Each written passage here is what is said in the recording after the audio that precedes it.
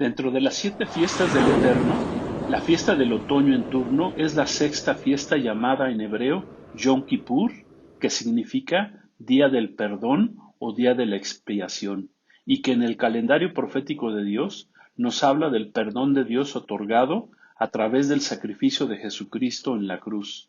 Asimismo, nos habla del tiempo de su segunda venida visible a la tierra, que en la cronología bíblica sucederá al terminar los 7 años de tribulación para concluir la guerra del Armagedón, en la que serán destruidos y enviados al lago de fuego el anticristo, el falso profeta, aniquilados todos sus ejércitos, y Satanás será atado en el abismo por 1000 años. La congregación de Israel lo considera el día más sagrado del año y tiene lugar en el 10º día de Tishri, el séptimo mes del año judío, de acuerdo con el calendario hebreo lunisolar, esto es, 10 días después de la fiesta de trompetas y del Rosh Hashanah, que es el año nuevo civil judío, y lo celebran conforme al mandato divino descrito en Levítico 23:27.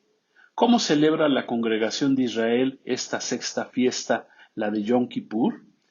La celebran con un día de ayuno, permanecen en la sinagoga todo el día realizando oraciones de arrepentimiento y adoración.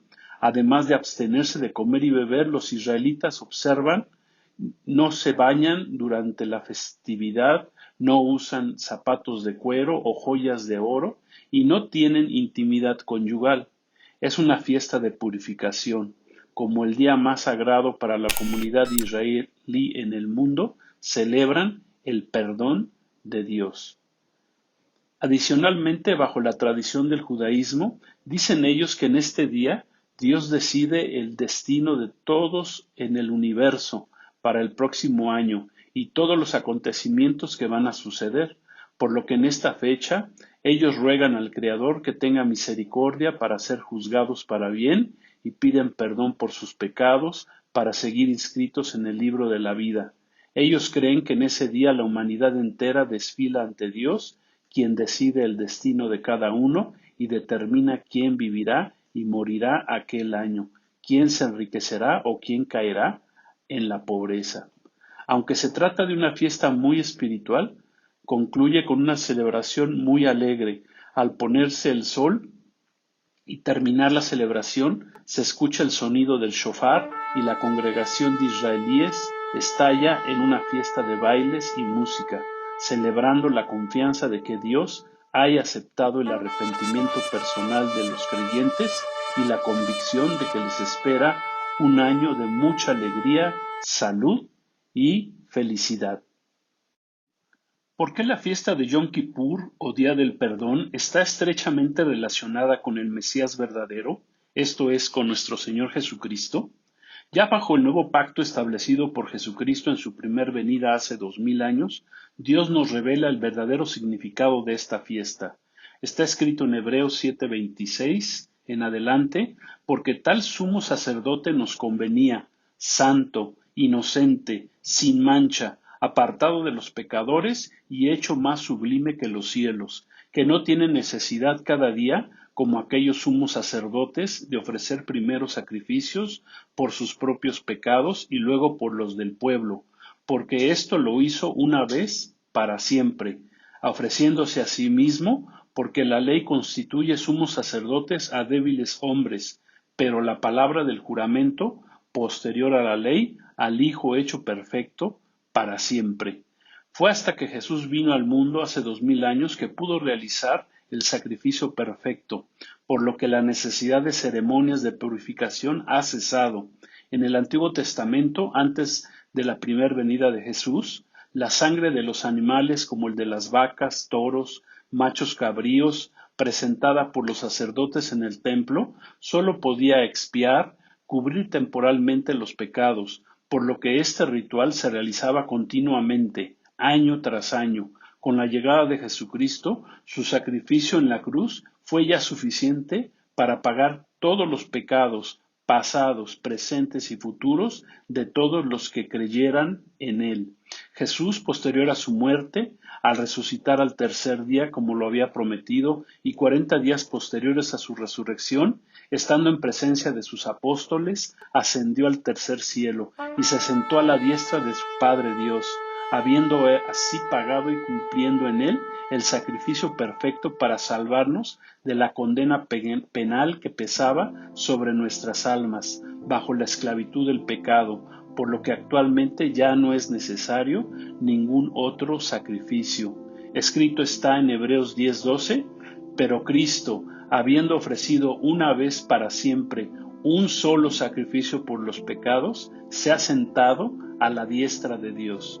La suficiencia del sacrificio de Jesucristo en la cruz también puede ser observada con los 2 machos cabríos que sacrificaba la congregación de Israel en el templo.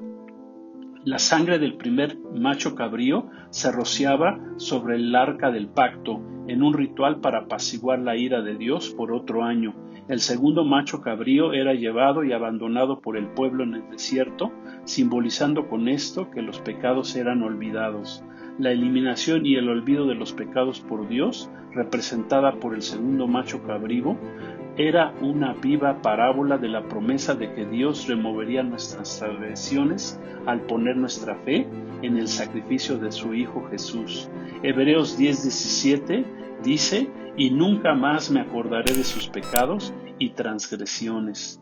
La propiciación es el acto de aplacar la ira de Dios, mientras que la expiación es el acto de reparar el daño por el pecado y quitarlo del pecador.